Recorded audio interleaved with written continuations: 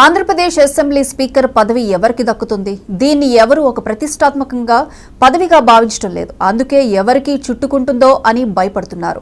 మంత్రి పదవికి ఉన్న డిమాండ్లో సగం కూడా స్పీకర్ పదవికి లేకపోవడానికి ఆ సెంటిమెంట్ కారణం. అదేంటంటే స్పీకర్గా పనిచేసిన వాళ్ళు మళ్లీ గెలవకపోవడం 25 ఏళ్లుగా నిజమవుతూ వస్తోంది. అందుకే మాకొద్దీ స్పీకర్ పోస్ట్ అంటూ ఎవరికి వాళ్లే వెనకడుగు వేస్తున్నారు.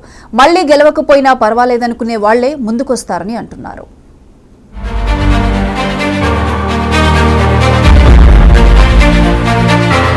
ఉమ్మడి ఆంధ్రప్రదేశ్లో 1999లో కావలి ప్రతిభా భారతి తొలి మహిళా స్పీకర్ అయ్యారు. ఆమె తండ్రి కొత్తపల్లి పున్నయ్య కూడా మాజీ ఎమ్మెల్యే. 1983 మొదలు ప్రతిభా భారతి ఆమె వరుసగా 5 సార్లు గెలిచారు. అప్పటికే సాంఘిక సంక్షేమం, ఉన్నత విద్య లాంటి శాఖలకు మంత్రి కూడా అయ్యారు. అందుకే 1999లో 5వ విడత గెలిచినప్పుడు ప్రతిష్టాత్మకమైన స్పీకర్ పదవిని అన్ని విధాలా అర్హురాలైన ఒక దళిత మహిళకు ఇచ్చినట్టు తెలుగుదేశం పార్టీ చెప్పుకుంది. 1999, 2004 మధ్య ఆమె స్పీకర్గా ఉన్నారు. అయితే 2004 ఎన్నికల్లో ఆమె అదే ఎచ్చర్లలో ఓడిపోయారు. అప్పటి నుంచి ఆమె మళ్లీ గెలవలేదు. 2004లో కాంగ్రెస్ ఘన విజయం సాధించినప్పుడు YS Rajasekhar Reddy assembly speaker పదవిని నిజామాబాద్ జిల్లాకు చెందిన యువ నాయకుడు కేఆర్ సురేష్ రెడ్డికి ఇచ్చారు. అప్పటికి సురేష్ రెడ్డిది బాల్కొండ నియోజకవర్గంలో వరుసగా 4వ విజయం. ఆ విధంగా సురేష్ రెడ్డి 2004, 2009 మధ్య కాలంలో ఉమ్మడి ఆంధ్రప్రదేశ్ స్పీకర్గా పనిచేశారు. కానీ 2009 ఎన్నికల్లో నియోజకవర్గాల పునర్వ్యవస్థీకరణ జరిగి ఆర్మూరు నుంచి పోటీ చేసి ఓడిపోయారు. ఆ తర్వాత ఆయన గెలవలేదు.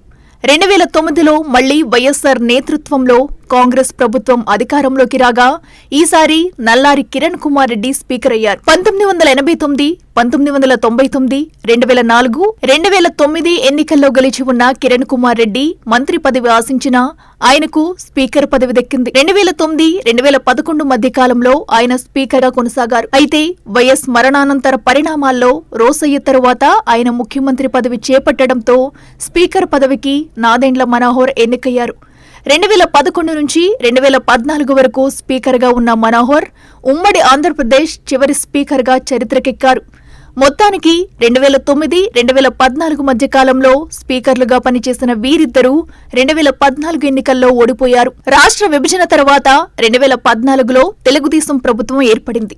ఆ సమయంలో సీనియర్ నాయకుడు, మాజీ మంత్రి, 6వ విడత గెలిచిన ఎమ్మెల్యే అయిన డాక్టర్ కోడెల శివప్రసాద్ స్పీకర్ అయ్యారు. 2014, 2019 మధ్య స్పీకర్గా పనిచేసిన శివప్రసాద్ కూడా 2019లో సత్తెనపల్లిలో అంబటి రాంబాబు మీద ఓడిపోయారు. 2019లో వైసీపీ ప్రపంచనంలో గెలిచిన తమ్మినేని సీతారాంది అప్పటికి ఆమదవలసలో 6వ విజయం. అప్పుడైనా స్పీకర్ పదవికి ఎంపికై 2019, 2024 మధ్య స్పీకర్గా పనిచేశారు.